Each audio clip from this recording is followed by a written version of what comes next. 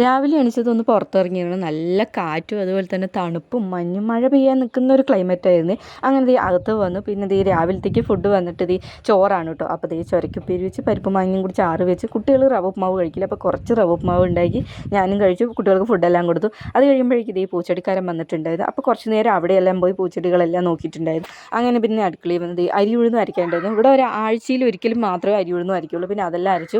പിന്നെ fridge clean ചെയ്യാണ്ടായിരുന്നു. ഇവിടെ കുറേയായി fridge clean ചെയ്ത്, അതെല്ലാം ക്ലീൻ ചെയ്ത് പിന്നെ എല്ലാ സാധനങ്ങളും വീണ്ടും അതിൻ്റെ ഉള്ളിലേക്ക് സെറ്റ് ചെയ്ത് വെച്ചു. അപ്പോൾ എല്ലാം റെഡിയാക്കി വെച്ചു. പിന്നെ ഇതേ വെജിറ്റബിൾസ് എല്ലാം അടിയിൽ കൊട്ടയിലെല്ലാം വെച്ചു. പിന്നെ ഉച്ചയായപ്പോൾ ഇതേ ഉച്ചക്കലത്തെ ഫുഡെല്ലാം കഴിച്ചിട്ടുണ്ടായിരുന്നു.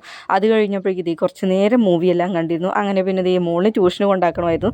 അപ്പോൾ ഇതേ ഞാനും മോനും കൂടെ ട്യൂഷന് കൊണ്ടാക്കാൻ പോവുകയാണ്. അപ്പോൾ നമ്മൾ പോകുന്ന വഴിയിലാണ് അടിപൊളി വ്യൂ ആണ്. നല്ല തണുത്ത കാറ്റും അതുപോലെ തന്നെയാണ് ഈ രണ്ട് സൈഡും പച്ചപ്പ് നിറഞ്ഞ് അടിപൊളി വ്യൂ ആണ് കേട്ടോ. ഈ ഞങ്ങൾ പോകുന്ന ഈ ഭാഗം എല്ലാം കാണാൻ വേണ്ടിയിട്ട് അപ്പോൾ ഞങ്ങൾ അതിൽ കൂടെ നടന്ന് കുറച്ച് നേരം അവിടെയൊക്കെ നിന്നിട്ടുണ്ടായിരുന്നു. നല്ല കാറ്റാണ്. അപ്പോൾ അവിടെയെല്ലാം നിന്ന് ഈ മോളിനെ ട്യൂഷനെല്ലാം കൊണ്ടാക്കിയിട്ട് തിരിച്ചു വന്നപ്പോഴാണെങ്കിൽ കുറച്ച് ചിക്കൻ എടുത്തിട്ടുണ്ടായിരുന്നു. അപ്പോൾ ഈ ചിക്കൻ കറി വെക്കാനുള്ളതൊക്കെ നോക്കി ചിക്കൻ അടുപ്പത്ത് വെച്ചു. പിന്നെ കയ്യോടെ കുറച്ച് ചിക്കൻ പൊരിക്കാനുള്ളതെല്ലാം മാറ്റി വെച്ചിട്ടുണ്ടായിരുന്നു. പിന്നെ ഇവിടെ മുളക് ചമ്മന്തിയാണ് ഇഷ്ടം. അപ്പോൾ കുറച്ച് മുളക് ചമ്മന്തി വെച്ച്. പിന്നെ അപ്പോഴേക്കും ഈ ചിക്കൻ എല്ലാം റെഡി ആയിട്ടുണ്ട്.